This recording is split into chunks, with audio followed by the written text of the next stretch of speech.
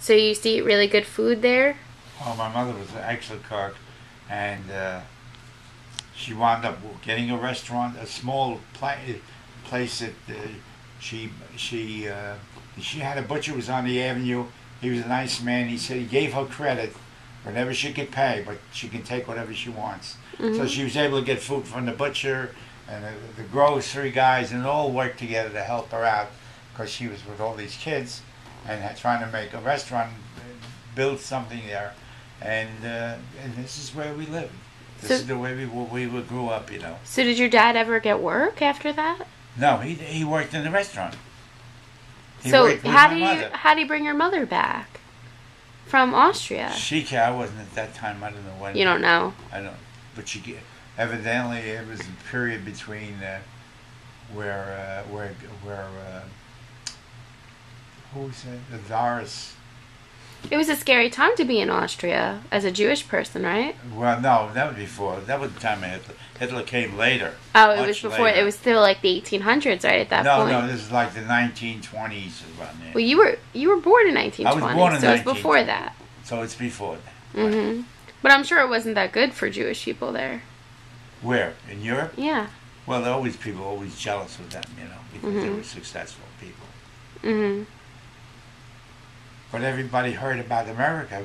There's gold on the streets, and the sidewalks are loaded with gold. That wasn't so true, was it? True. All these people started coming from Ireland, from Italy, from Poland, from France, all over. So who were your favorite people to hang out with, since you knew so many other immigrants? Did you like people? Yeah, did you hang out with all Jews, or did you hang out with Italians?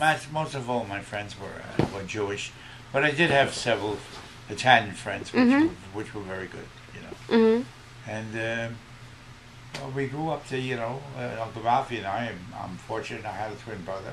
Mm-hmm. We did a lot of things together. He always had somebody. And, what was he like growing up? Was he a tough kid? Ralph? Yeah. He was like me. We were the same.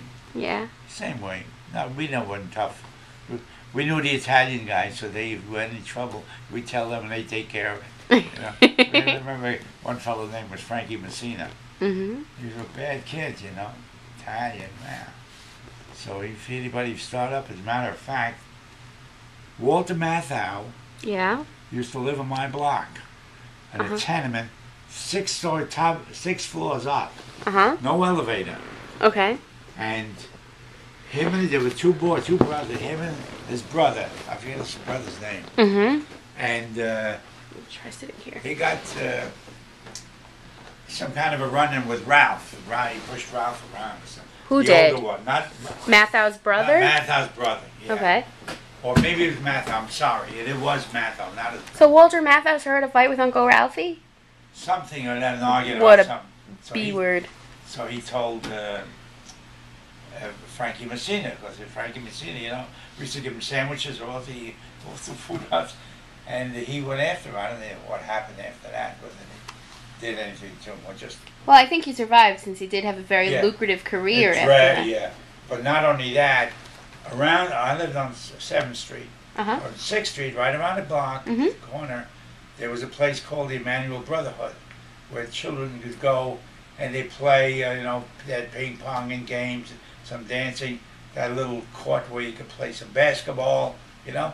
Mm-hmm. And it was donated by rich people. It's called from the Emmanuel Brotherhood, which is a big temple on 5th Avenue, you know. And Walter Matthau, we used to go there also. We had clubs. And what happened was, all of a sudden, it was a nighttime, you know. They closed up at 9, I think. And about 8:30, out in the street was a gang of kids. There must have been 20 or 30 of them. They're waiting for Walter Matthau because this tough kid Bernie. Yeah. Walter Matthau evidently, he stood up. He was a fighter. Yeah. He and his brother. Evidently he you know, they had words, or they swung at each other, and he was going to get even with him, and he brought all his gang to get Walter Matthau. So oh boy. Here we didn't know what to do here, you know. Yeah. If he comes out that door and he goes out to the street, they're going to be waiting for him. Mm-hmm. So what he did, they took him to the back, to the yard, and he climbed the fence over into 7th Street.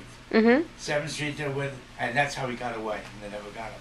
Oh, boy. Yeah. That little meth out boy was a troublemaker. Oh, yeah. He's a very good athlete. Punch ball, stick ball. Well, if Uncle Jeffrey was his age, he likely would have kicked his ass. Oh, yeah. Oh, yeah. Since, you know, that was the theme of his life. Yeah. You got anything else you want to tell me? No, just have it come to me. Okay, I could charge this camera up if you want to think about What? it. I have to charge the camera up. It's dying.